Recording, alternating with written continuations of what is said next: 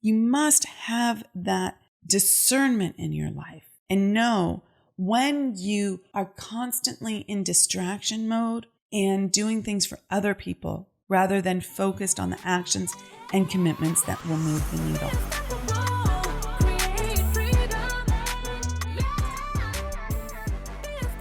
On today's podcast episode, we are going to be talking about commitment, the power of commitment, and how it's one of the success habits that's required to really get past the level that you're at right now and go to the next level and really, close the gap on time and make those seemingly impossible goals happen so much faster than you ever thought possible. Commitment is so key. This has to do with discipline. This has to do with perseverance. This has to do with determination. And yet many people struggle with keeping their commitments, and it causes them, it's a really big problem. It causes them to take their eye off the ball and not actually follow through on the things that are going to move the needle in their life and their business and really help them achieve their goals. It often happens that they're distracted by other priorities. They have too many priorities. They have priorities in the wrong place. They're committed to the tasks that aren't going to move the needle. And we're going to explore all of that in this episode and show you how it's really connected to self-trust, self-ownership, building your self-worth and personal value. Because here's the rub. If you don't keep your commitments to yourself, you are out of integrity with yourself. And if you're out of integrity with yourself, you don't really like yourself. And when you don't really like yourself, you have just lowered your self-worth. And then how are you expecting yourself to go out there and sell something to a client, put a proposal in front of a client, in your career, at work, really make that killer presentation if you think less of yourself? Self-worth, self-esteem is so critical to up-leveling and doing the things that you really need to do to move you to the next level and achieve the goals that you desire. And in addition, there's a sneaky little thing that happens where we hold ourselves back by making subconscious commitments to ourselves and not recognizing that we've made them, so that during the day, during that week, during that month, we break those subconscious commitments and feel bad about ourselves, thus lowering our self-worth and self-esteem as well, and creating the same sort of challenge. So we want to break this all open and help you understand what's going on a meta level, on an intellectual level, so that you can then become aware of the patterns that you have so that you can actually change them. This is the process. So let's talk about what kinds of commitments we need to make to ourselves. One, they need to be conscious commitments, not subconscious commitments. Conscious commitments mean that you are consciously aware of saying, this is what I need to do to get this result. This is the cause. This is the effect. I'm going to bring that to my conscious awareness, and I'm going to make a conscious choice about making that commitment. That is a conscious commitment. Subconscious commitments, on the other hand, are these little fleeting thoughts that say, I really should be doing that, or I need to do this, or I need to talk to so-and-so, or this project needs to be get done. And they're running quasi-consciously, subconsciously under the surface. And you're telling yourself you should do something, and you're not making a conscious choice about doing it, putting it on your calendar, putting it on your task list, putting it in your project plan, whatever the conscious commitment is for you, you're not bringing that to consciousness. So you are constantly out of integrity with yourself. You're constantly breaking these little subconscious commitments. So you need to stop doing that. First, you need to become aware of doing it, but then you need to in that moment when you become aware of doing it, you need to bring it to your consciousness and say, actually, I've got my plan for the day already. That new agreement is going to go over here. That new commitment is going to go over here on my calendar, so that you don't put yourself in overwhelm and burnout. Overwhelm and burnout is simply obligating yourself to too many things and not being able to do them. And we do that by not consciously choosing what we want to do, what's required, what's the best and highest use of your time. And we are on reactivity and autopilot instead of consciously choosing. So when you notice yourself in this habit of making a subconscious commitment, then you're going to bring it to awareness and decide, is this something that goes on in my day, on my project plan, in my week, in my month, whatever that is, Okay. So that's one thing that you're going to want to look at. And we often don't keep let's talk about why we don't keep our commitments. We often don't keep our commitments because we're not conscious of them. So we just discussed that. 2, we are distracted by other things in our life, which means we've made subconscious agreements or commitments to other things in our life.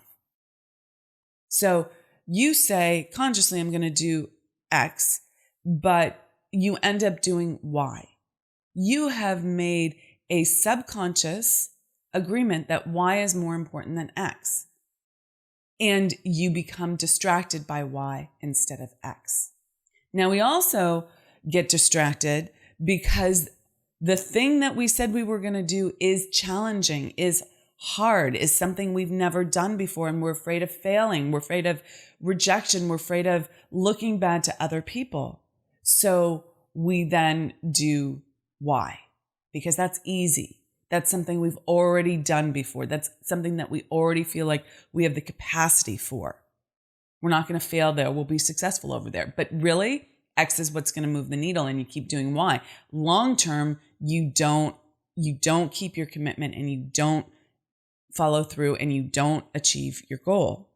The other thing that happens here in terms of why we get distracted, the whole shiny object syndrome, and why people, go squirrel over here. Well, sometimes it makes sense to go squirrel, right? That's the thing that is really a helpful thing, and it's come into your world, and it's important for you to follow it. Okay.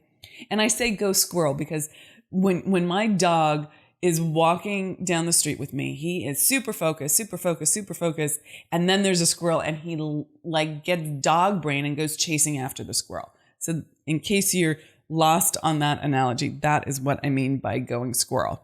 Okay. So you get distracted, and oftentimes there are very good reasons to get distracted. Or here's a big rub with keeping your commitments to yourself. You find very good reasons not to do the thing. This happens all the time for people. They say, I'm going to do X today. And the day gets away with that. It gets away from them.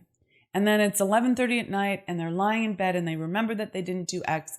And the story that comes up is, oh, it's too late. I should just not do it. I'm tired. I'm exhausted.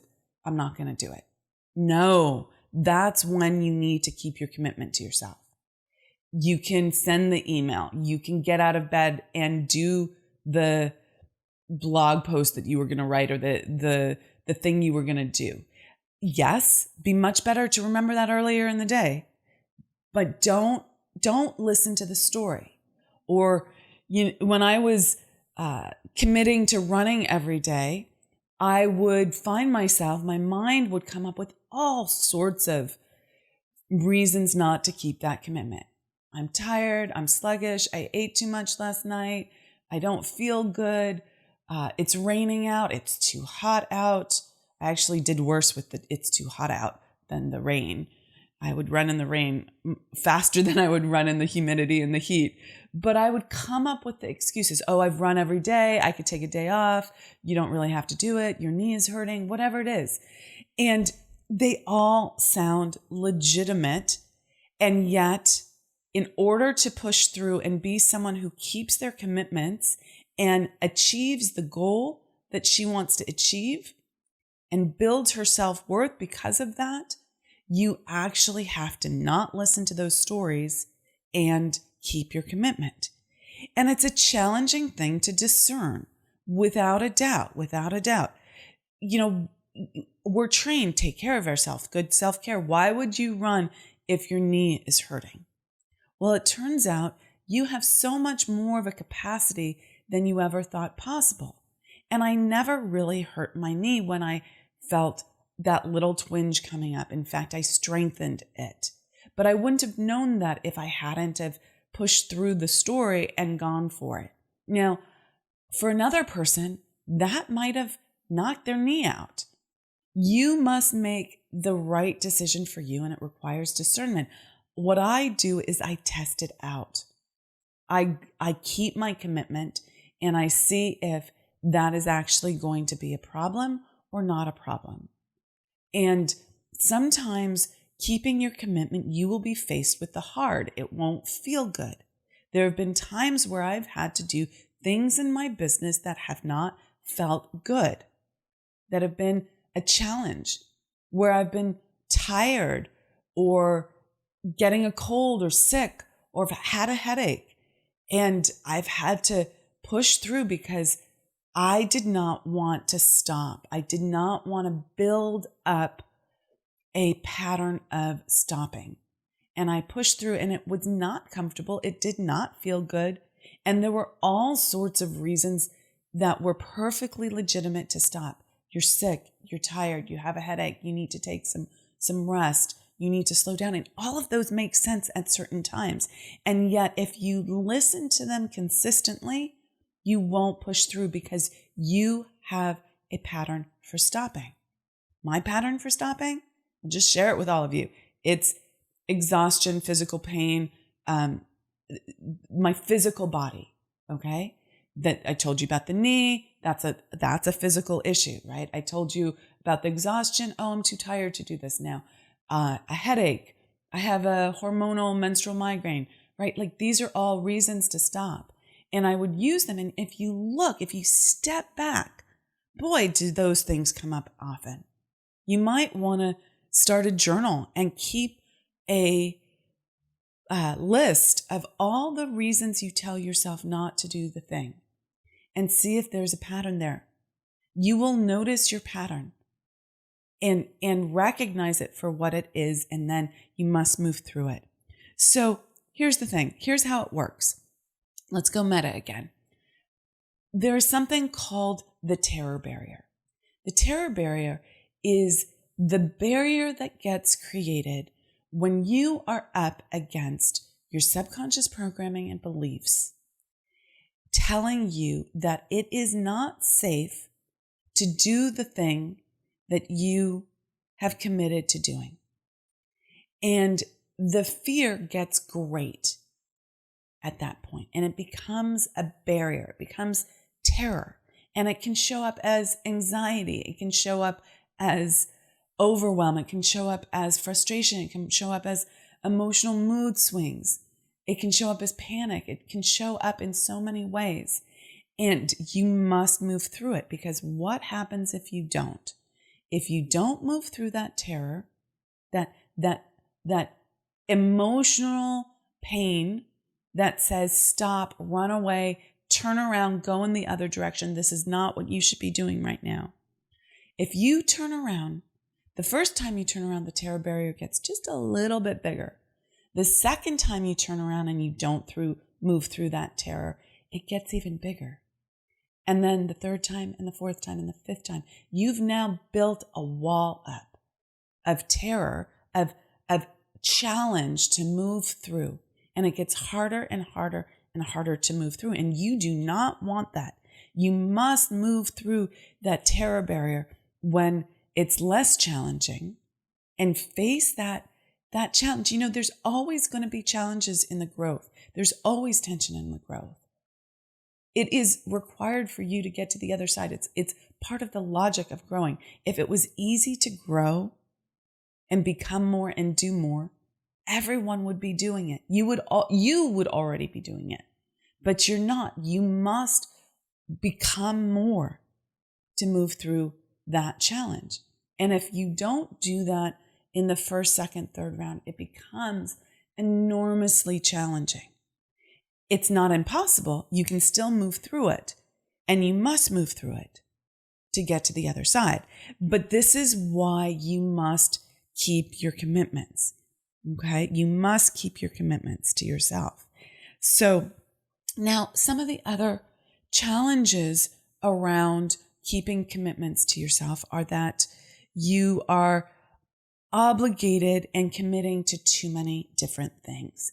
So you're going to want to look at this. You're going to want to really see what is the move the needle commitment that you must make in your life, in your business, to increase the amplitude of success, to increase the speed of success, to achieve your goals faster. You need to know what that is. And most people do not spend the time to really figure out and use the law of cause and effect. What is the cause that's going to get the effect that I need? And they end up spending the majority of their time on commitments that don't actually move the needle, on lesser commitments. Now, why might you be doing that? Well, you might have been trained to focus on actions that support other people. Let's break this down. So when you're very young, when you are a child, you are 100% completely dependent for your survival on your parents. And they are like the mother god and the father god. They miraculously give you food, shelter, everything that you need to survive. And you know that you are going to continue to get your needs met, your survival met, because the love is still flowing there. You feel the love. Instinctually, we know that if the love is flowing, we will survive. They will continue to help us live. Now, what happens when we do something when we're young that does not please our parents? Oftentimes, that love becomes it becomes the opposite of unconditional, and it becomes conditional. It gets shut off, not consciously by your parents, but it's a habitual way of training kids to do what you want. You shut off the love. You tell them that energetically. You tell them that love isn't there until they change and do what they want, clean up their room, eat their vegetables. And the child picks up on that and feels fear and realizes that they have to do the thing to get the love, i.e. jump through the hoop. And so we as human beings start learning to be afraid of not pleasing other people and needing to jump through hoops for other people. So then how does this play out?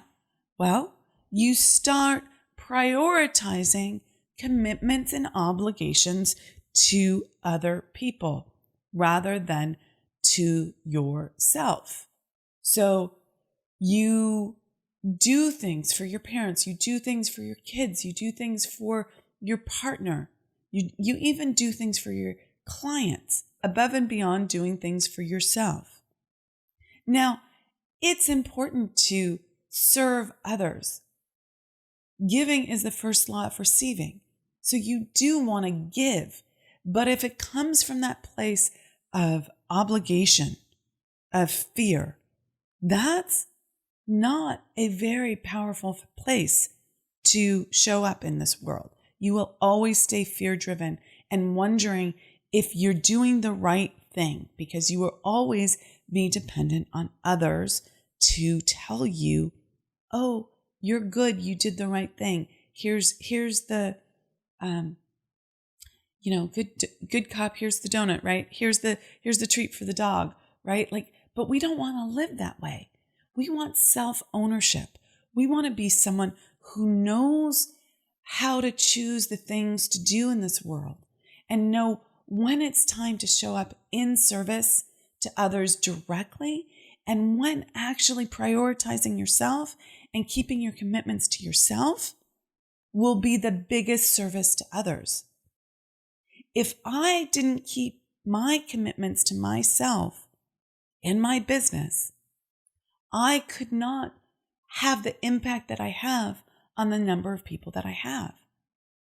I have to keep those commitments and say no to other commitments. So you must have that discernment in your life and know when you are constantly in distraction mode and doing things for other people rather than focused on the actions and commitments that will move the needle.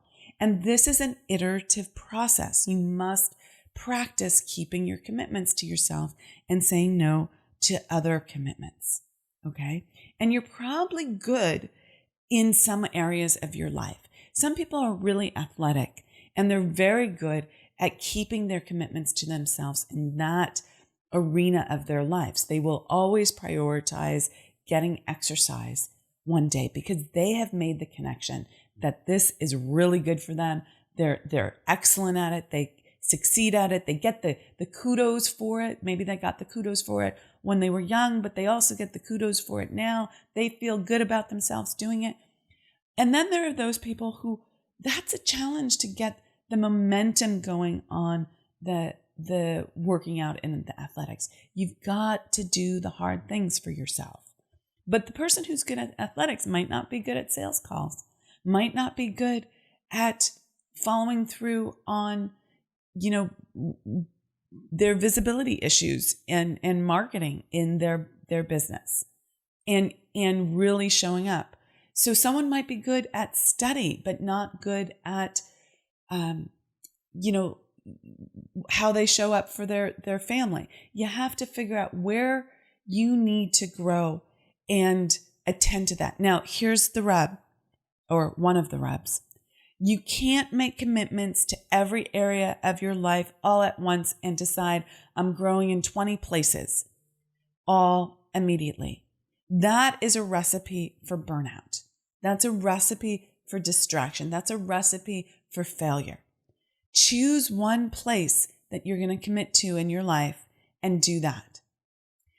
And really, it could be 2 or 3 places. It could be one thing in your physical health realm. It could be one thing in your business. It could be one thing in the relationship realm in your business. But if you try and do 53 things all at once in all these different areas, you are going to crash and burn. You're not going to be able to succeed because it takes effort to build those habits in your life and to follow through on the commitments regularly. Habits are what you do automatically. And if you're not keeping your commitments to yourself in a particular area, you have to build that habit. You have to build that automatic pattern that you have. And that takes some time to make it a habit. And if you put too many things, new commitments on your plate, you will not be able to make them a habit. So pick 1 to 3. That would be my recommendation for you. So to wrap up, the thing that you're going to want to look at is, where are you self-sabotaging? Where are you getting in your own way? Keep track of that, because you have a conscious goal and you want to figure out what stops you from getting there. And obviously, if you've heard me teach before, you know that there is a subconscious block around that needs to be unpacked and seen, and you must bring light and awareness to it. We call those things blind spots. And if you have a blind spot, by definition, they are blind to you. It helps to work with someone else to help you bring awareness to the ways that you are self-sabotaging, because those patterns, those subconscious beliefs, those subconscious programs create your identity. And the identity that you have will continually be recreated over and over again until you change it. We have a cybernetic mechanism inside of ourselves. So a cybernetic mechanism is a mechanism that keeps us on track, aiming at our goal. It's like the thermostat on the wall. The thermostat is set to 70 degrees. When it goes to 73, it brings it back to 70. When it goes to 68, it brings it back to 70. Okay? So the temperature in the room always stays at 70. If you have an identity that says you are someone who is not athletic, who isn't worthy of success, is not worthy of wealth, is someone who always has to struggle, who's someone who isn't good, who isn't worthy, is selfish, is greedy, is something, right? That's in your childhood, there was something that happened that created a belief about who you were, and you took that on and created an identity. And your subconscious mind is programmed, if it functions in a way to keep you moving towards that identity at all costs. If you move beyond it and start making more money than you see yourself capable of making, you will do things that will bring you back down to your self-image, your identity. And if you go below that, you will also come back up to that self-image and that identity. And it shows up as you breaking your commitments to yourself. Knowing what to do. If you don't know what to do, you need to get help on that. If you don't know what your subconscious blind spot is, I'd highly recommend you get help on that. That is fundamentally what's going to help you break free and go like a rocket ship to achieving your goals. And once you see those things, then you have to identify where you're not keeping your commitments to yourself, because this will show you where you get off track, where you start going, instead of to your consciously set goal, back to your old identity. And so it's a very helpful process to see, oh, look, this is how I stop myself. This is how I break my commitments to myself. This is how I pull myself off track, away from my consciously chosen goal and back to my old sense of self. And then you need to reprogram yourself for success. And it's totally possible. You must do this. Okay? That's part of the manifestation matrix. That's part of what we teach at the Unstoppable Woman, how to actually reprogram yourself. So pay attention to your commitments, pay attention to how you break them, and keep learning, keep studying, keep joining us for this podcast. Come to the Unstoppable Woman Summit. Do what you need to do. Have a consult with me so that you can achieve your goals faster than you ever thought possible. That's so important to your sense of self and achievement. Okay, with that, let's wrap it up.